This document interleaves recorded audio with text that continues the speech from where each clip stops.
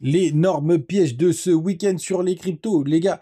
Assez impressionnant ce pump, mais comme je vous le disais dans la vidéo d'hier, un gros pump et puis une nouvelle correction pour l'instant. On a la phase 1 qui est passée. Pour le coup, on va voir si on va voir cette fameuse correction.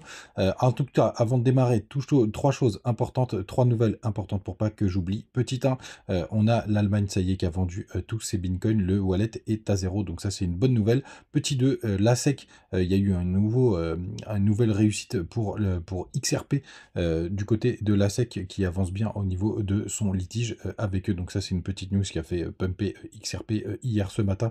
Et pour le coup, ce qui se passe du côté XRP, c'est vérifié par, enfin, c'est regardé par tout le marché. Donc ça, c'est plutôt une good news. Et à la fin, on ira le voir une autre news hyper importante, c'est qu'on a eu des gros inflows sur les ETF Bitcoin. Il y a eu 300 millions qui sont arrivés vendredi. Donc ça, c'est plutôt une très très bonne nouvelle. On va regarder ça ensemble et tout ça, ça peut catalyser le marché. En tout cas, le BTC ce matin, il prend un joli 4%, 62 200 $. On a Ether qui rebondit aussi, un peu moins fort, mais qui rebondit quand même 2,5%. On a 3200 $. Missile Sol qui prend quasiment 5%. XRP qui prend quasiment 4%. C'est pareil pour Shiba. Pour NIR qui prend un joli 6%. On a ICP qui est encore en forme ce matin, 11%. Et quand on va dans le bas du top 50, on a quelques petites perfs, notamment celui qui prend 7,7%. Et TAO qui prend un joli 9%, mais il est toujours en dessous des 300 $. Les gars, du côté du weekly du BTC, on pourrait avoir donc une très très belle bougie verte. Et regardez, ce qui est très très propre, c'est que malgré une petite incursion juste en dessous, ça c'est plutôt chouette au niveau de la clôture, et ben on est en train de clôturer au-dessus de la Kijun.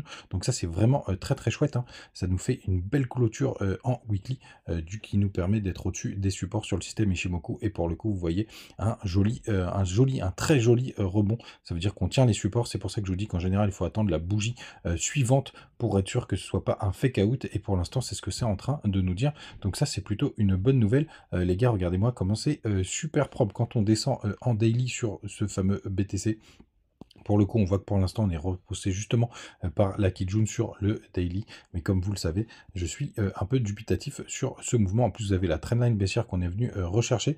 Vous avez une triple résistance. Que regardez, vous avez cette grosse zone de travail sur le RSI, là, aux 50 points quasiment. Regardez, ça a été pas mal travaillé par le passé ici et là.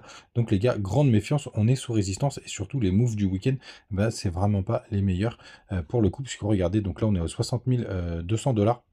60 150 très exactement. Et du côté des contrats CME, pour le coup, on a clôturé à 57 800 $.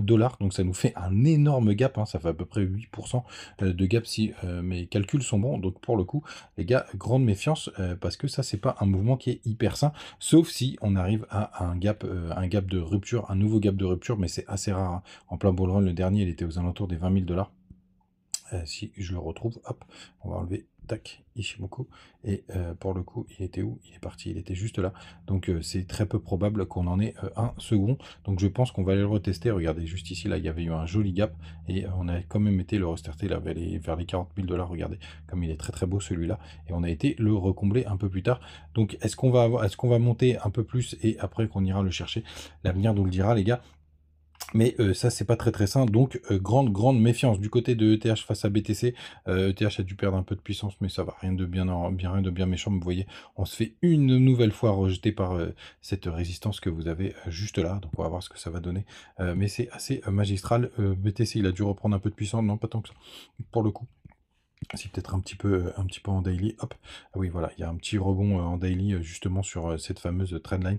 Donc on va voir ce que ça va donner, les gars. Mais grande méfiance. Donc la news du jour. Mais d'abord un petit tour du côté du Telegram. N'hésitez pas à venir récupérer toutes les infos de notre ami Lia qui nous donne les news en direct live. Vous avez aussi les petits liens du côté de BitGet, de BitGeeks, de Mexé et de Bitmart. Vous les aviez aussi en page d'accueil et en description. Donc la grande news, vous le partagez sur Twitter ce matin, c'est qu'on a 310 millions d'inflows sur les ETF qui sont rentrés le 12 juillet. Donc ça, c'est hyper boule, hein. Pour le coup, c'est plutôt une super nouvelle d'avoir ces 300 millions d'argent frais qui rentrent dedans, surtout avec l'Allemagne qui a tout vendu. Peut-être que certains insiders attendaient cette information.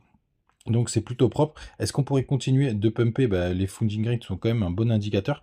Pour l'instant, sur Binance, on n'a pas recollé avec les 0,01. Donc on peut encore pumper. Et puis vous n'oubliez pas, en général, on met 48 heures à combler les gaps. Donc est-ce que ça peut pumper encore un petit peu?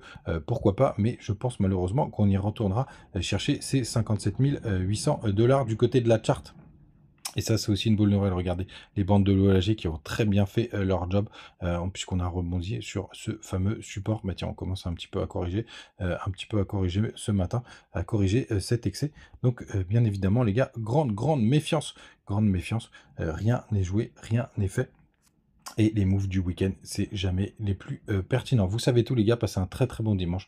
On se retrouve comme d'habitude tous les matins. À demain, ciao!